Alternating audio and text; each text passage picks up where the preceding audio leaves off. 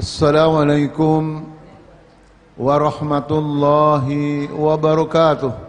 Bagaimana cara Al-Quran dan Sunnah mentarbiah kita, mendidik kita, memberikan petunjuk kepada kita semua agar kita tetap sabat. Yang pertama,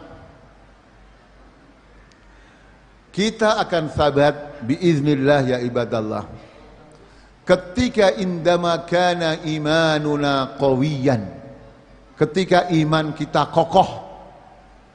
Jangan bermimpi kita sabat dalam hidup ini sementara hidup ini penuh dengan godaan atau ighraat, banyak ancaman atau tahdidat, banyak tantangan atau tahaddiat.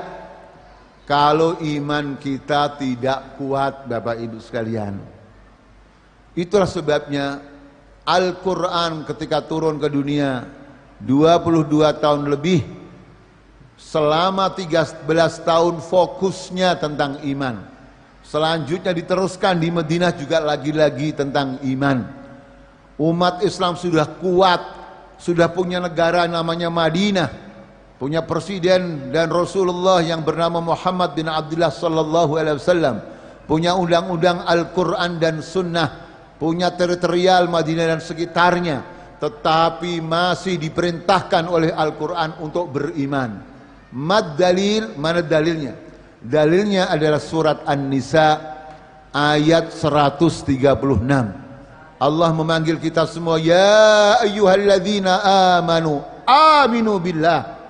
Bapak yang soleh, ibu yang solihah, kita sudah dipanggil oleh Allah, hai orang-orang yang beriman, tetapi masih diperintahkan untuk beriman. Aminu billah, berimanlah kepada Allah. Ulama tafsir mengatakan, kenapa orang beriman kok masih disuruh beriman? Ai istamirru alal iman. Ya, tetaplah terus menerus dalam keimanan. Dan memang begitulah iman harus selalu diperbarui. Jaddidu imanakum, perbarulah keiman kamu. Kenapa ya ibadallah? Karena kemaksiatan, godaan, dolar, rupiah, dinar, real, itu ya ibadallah daya tariknya kuat untuk membeli iman kita, membeli akidah kita, itu kuat tarikannya. Makanya bapak yang soleh, ibu yang solehah, kalau kita membaca surat Ali Imran ayat 185, redaksinya memang istimewa Bapak Ibu. Ayat itu bunyinya, kullu nafsin dha'iqatul maut wa innama tuwaffawna ujurakum yaumal qiyamah faman zuhziha 'anil nar wa udkhilal jannata faqad faz. Kenapa redaksinya menggunakan kata zuhziha yang diterjemahkan oleh orang Indonesia dengan barang siapa yang dijauhkan dari neraka dan dimasukkan ke surga, maka dia itulah orang yang sebenar-benarnya sukses. Bapak yang soleh, ibu yang soleh, saya bertanya, ketika kita belajar bahasa Arab sejak kecil, Pak, jauh itu bahasa Arabnya apa Pak? Kalau dekat qarib, kalau jauh ba'id. Kenapa ayatnya tidak mengatakan faman ubida anin nar? Kenapa yang dipilih oleh Allah adalah zuhziha, yang kita jarang mendengar kata zuhziha dalam obrolan harian kita? Yang banyak ya ba'id, jauh. Kalau dijauhkan ubida. Kenapa yang dipakai oleh Allah adalah zuhziha? Masirru fi dzalik. Apa rahasianya Bapak Ibu?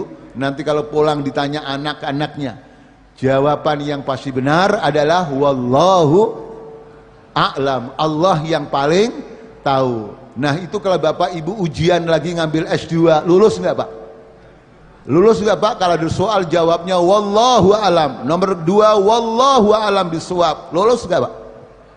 Wallahu a'lam. Nah, saudara sekalian, di dalam fiqhul lughah, zuhziha itu dari kata zahzaha, yuzahzihu zahzahatan, wa zahzahatu maknaha tikraruz zuh Wazuku adalah al-jadbu bil ajalah.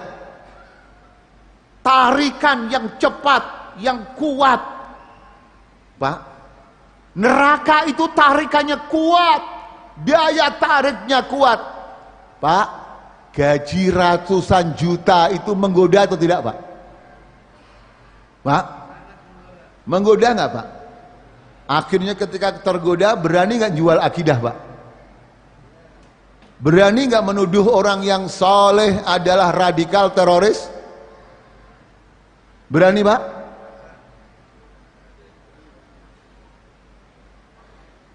Daya tariknya luar biasa, Bapak Ibu sekalian.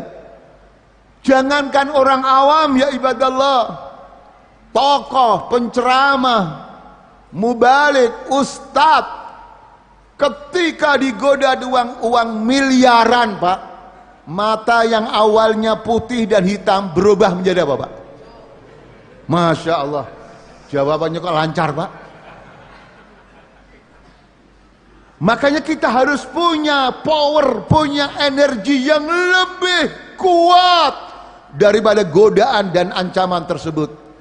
Kekuatan itu bernama al-iman. Seperti yang dicontohkan oleh as-sahabi al-jalil Bilal radhiyallahu anhu, tidak takut ya dengan siksaan yang telah menimpa beliau radhiyallahu anhu. Assalamualaikum warahmatullahi wabarakatuh.